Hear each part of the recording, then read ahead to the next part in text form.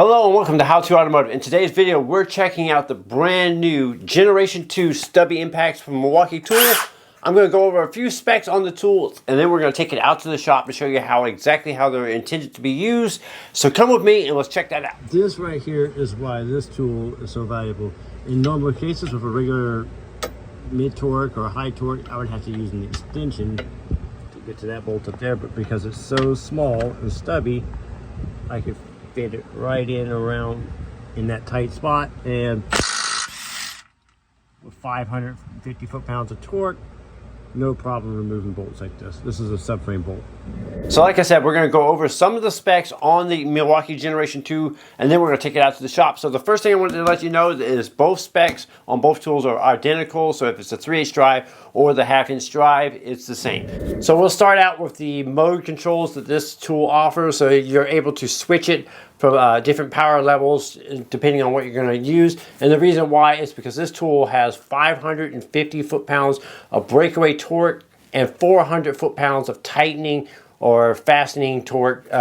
So it's way more powerful than the Generation 1. The Generation 1 had around, I believe it was 250 foot-pounds of torque. So quite a big jump, more than double in power. And that goes the same for both tools.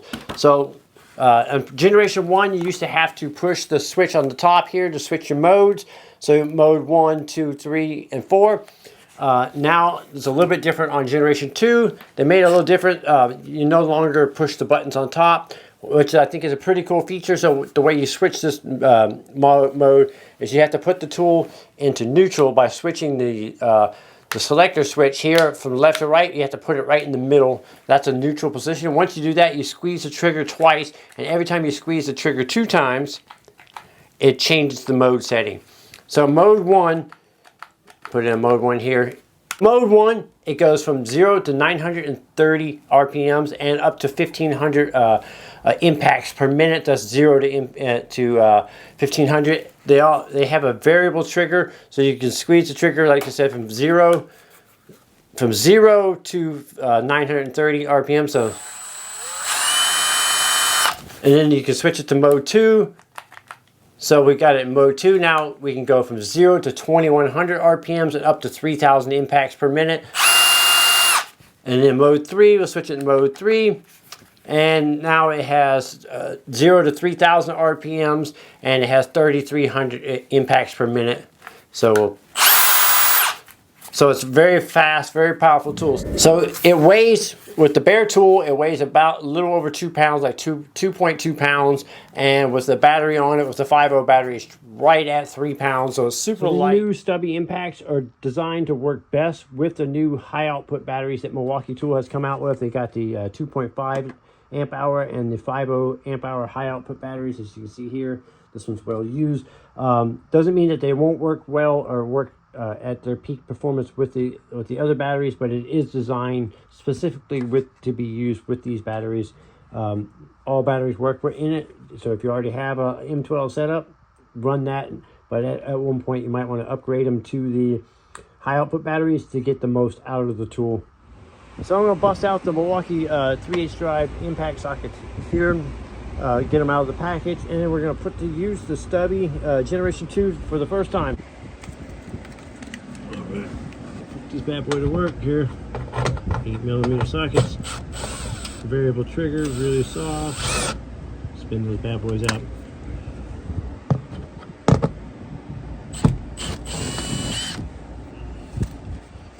So even though this tool has brute power, it can be finessed and made to use on very fine things. That's one of the things I like about Milwaukee tools, and all their power tools. They have the very nice variable trigger.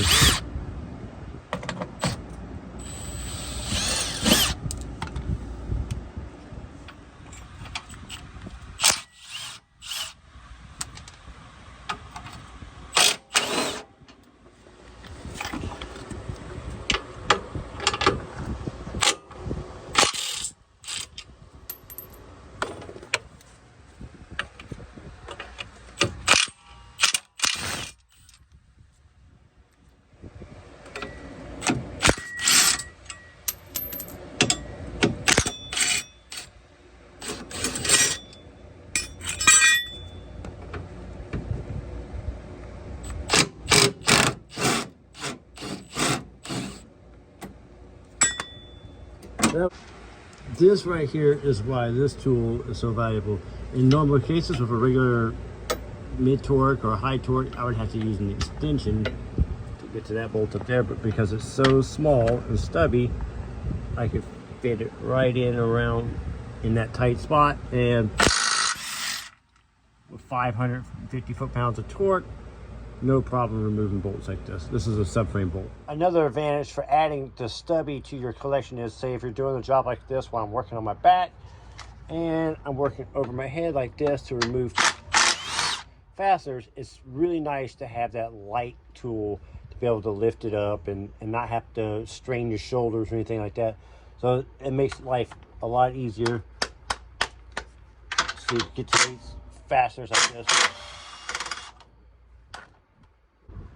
One of the cool features is when you put it in mode 4 here, so if you see it's in mode 4 here, what that does is allow the tool to take this fastener off at full power, and as soon as it senses that it's broke that bolt loose, it'll slow the RPMs way down. So it's really handy if you're working with a wobbly socket or something like that, so you don't fling it. But I'll show you right here. So I'll hit this full power and you'll see it slow down once it detects the fastener is loose. So you see how it slowed the RPMs way down so it doesn't sling it. It's a pretty cool feature. Alright, so some people have been asking me, will it take lug nuts off? The tool is not intended to it, but we're going to find out right now. It is on the power 3 level mode. It's in the full battery charge. I got a 17mm socket. Going to take this wheel off from the BMW here. And as you can see, no problem for this at all. Right? Completely 100% effortless. So it will do it. So this is a 1/2 inch drive. I probably wouldn't recommend doing that with a 3/8 drive. That will definitely put a lot of strain on the tool, but the 1/2 inch drive, no problem. All right, here's another episode. Getting in here in a tight spot to take a motor mount belt off right here. Let's see if it'll fit in there. Hopefully I don't have to use any wobble. All right, here we go. And boom, easy.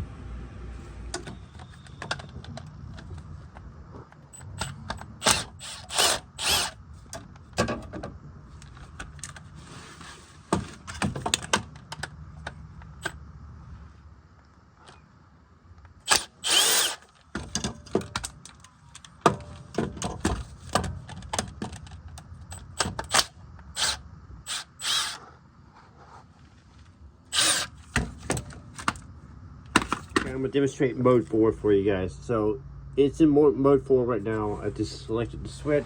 Alright, so this is where it comes in handy, is when you're using wobble sockets. What happens is when you put this on here like this, and you put the tool on, and what you do is you give it full beans. When you pull the trigger, it gives it full power, and as soon as it senses that this fastener is loose, it's going to slow the RPMs down. That way it doesn't sling the socket or sling the nut off. We'll see how that works out with here.